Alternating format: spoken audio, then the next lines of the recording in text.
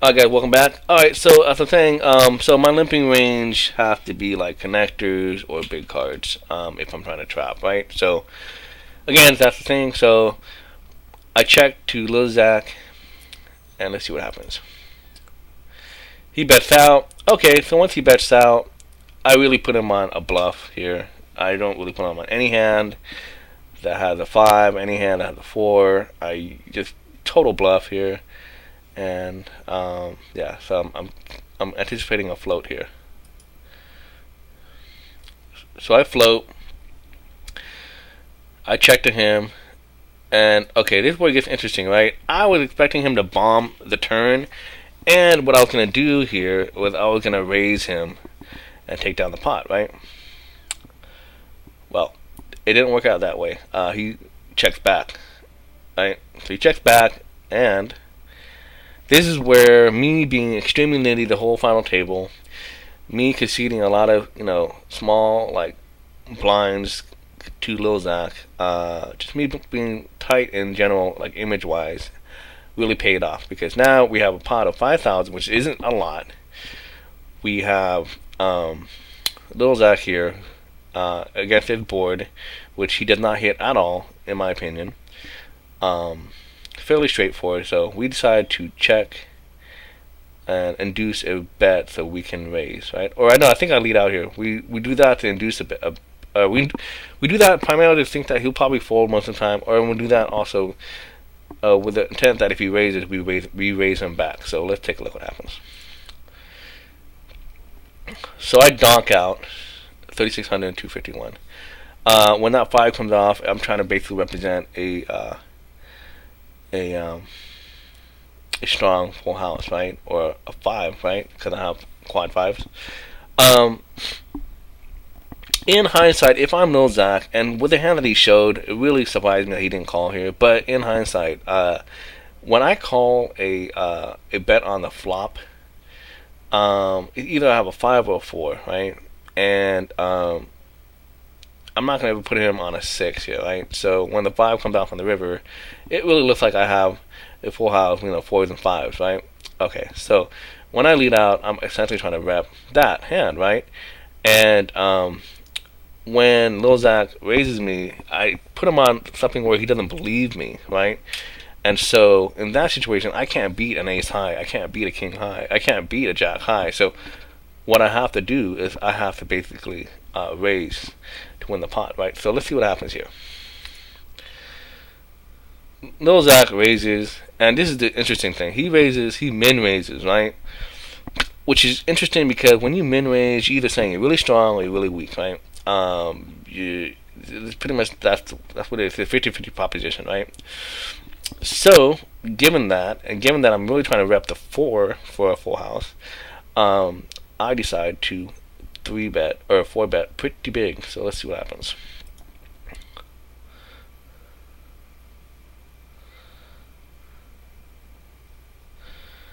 Yeah, so I 3-bet pretty much 3 times, 3.5, 3.5 or 3.2 times his re-raise, 4-bet rather, and this puts a significant pressure on him because one, if he calls and he loses, he's down to like 20 or like 19 big blinds or so, 19, 20 big blinds, and that gives me a significant boost in my stack.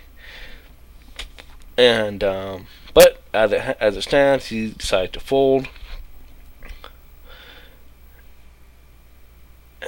and he really thinks about it, and he shows a full house, right? And which completely blows my mind because I'm thinking, man, you know what? You just folded a boat, and you're putting me on, quad 5 or a higher full house. In reality, I don't know. It just doesn't make any sense. I limp for one thing, right? Yeah, that may seem suspicious, but it just doesn't make any sense. And so if I'm Lil Zach's spot there and I get re-raised, I'm calling, right? But then again, also, my nittiness pays off. My tiny image pays off because I haven't played back on him a lot, right? And essentially, if I'm playing back on him, that means I have a strong hand, right? So there you go. At this point in time, I was really thinking, you know what? Now I got control of the table. I have a good chip stack. I should be taking advantage of this, yada, yada, yada. And I should have. Unfortunately, we'll see what happens in the ensuing moments. Okay, so we're all in.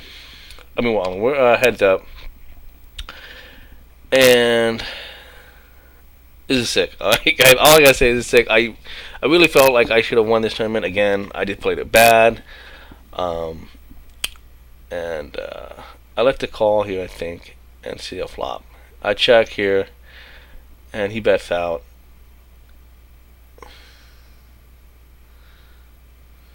And yeah, that's just I know that's a complete air bet, but I decided to fold, right? Okay, and then real quick too, this is one other thing that I did not do. I'm gonna pause this real quick. Blinds are 7,500, 1,500, right? So if you have 10 big blinds, you're at 15,000, right? And so I am at 63,000. Let's just say I'm at 60,000, right? Let's see, what is the big blind gonna be at that point in time?